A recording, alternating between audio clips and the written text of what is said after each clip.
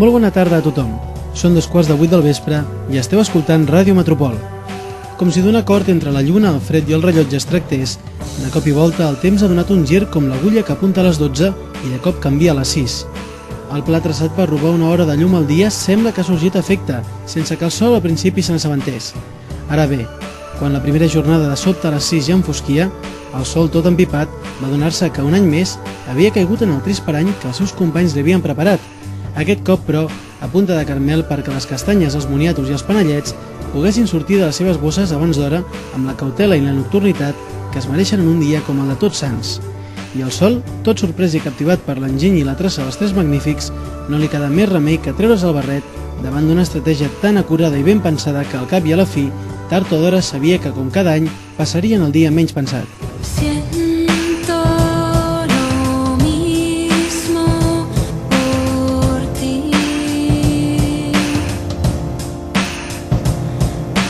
I és que, senyores i senyors, el fred ja ha arribat, i si algú no s'ho esperava, és molt probable que ara estigui acompanyat pels amics frenadols, espidifents i joanoles, que tard o d'hora, com el torró, acaben tornant a les farmacioles de totes les cases. Ara bé, que sapigueu que per moltes medicines que engoliu coll avall, no oblideu que la millor medicina és la que us reconforta i us fa costat, que hi ha qui li diu placebo, però si més no, de ben segur que amb una dosi de la companyia dels que més a prop vostre estan, el constipat es fa, si no curable d'immediat, menys dolorós.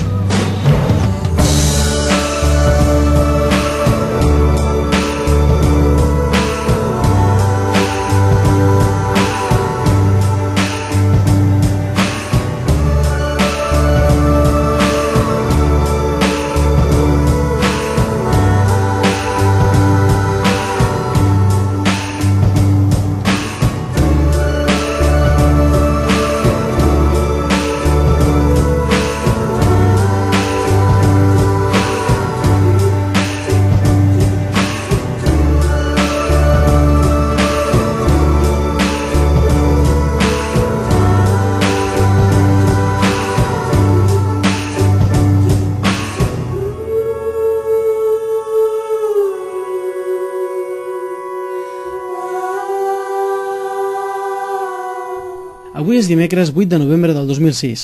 Això és Ràdio Metropol i qui us parla, Albert Segura.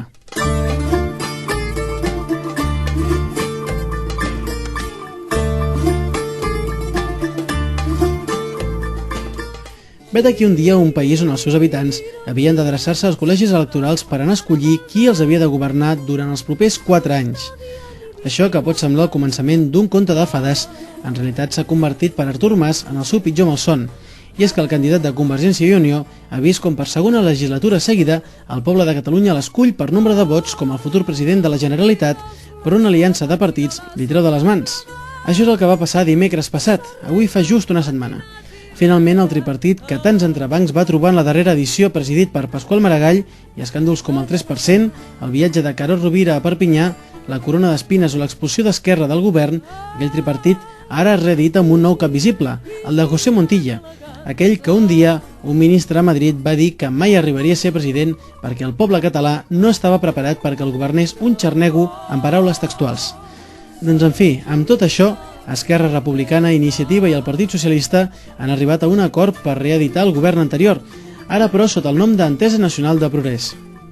Ho feien ahir públic de manera oficial al Parlament en un acte solemne on els 3 caps que han possibilitat el nou govern mostraven les seves intencions. El futur president de la Generalitat, José Montilla, afirmava que el nou govern seria més sòlid, amb cohesions i sense tuteles externes ni de partit. Que no tot va ser positiu durant la darrera legislatura, però a la vida l'important és no equivocar-se, sinó aprendre dels errors. I crec que puc afirmar amb rotunditat que aplicarem el millor d'allò que hem après i que no repetirem els errors que haguem pogut cometre. Per la seva banda, el futur vicepresident de la Generalitat, Josep Lluís Carod Rovira, afirmava que el nou pacte no donaria lloc al ressentiment pel que va succeir amb el govern de Pasqual Maragall. Aquí, doncs, no hi ha marge per al ressentiment, ni la venjança ni la rancúnia.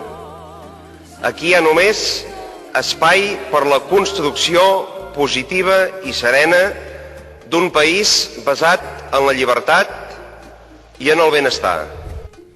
Finalment, el que s'apunta com el proper titular de la cartera d'Interior, fins ara sota el braç de Montserrat Tura, es va referir a la poca participació en els comicis de l'1 de novembre.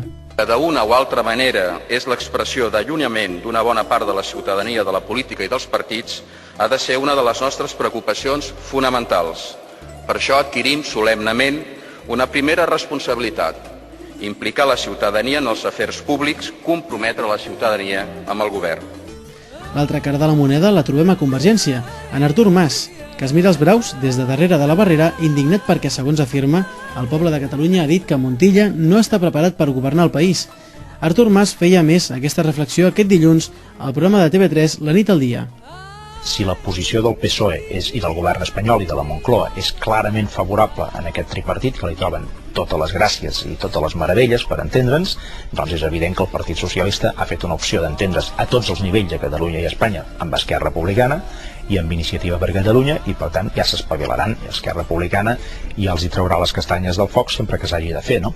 Si el govern espanyol i el Partit Socialista a nivell de l'Estat té una opinió doncs diferent de la que tenen els integrants del tripartit, ja ens ho faran saber, i aleshores és evident que sempre es pot establir algun marge de col·laboració, però això s'haurà de notar.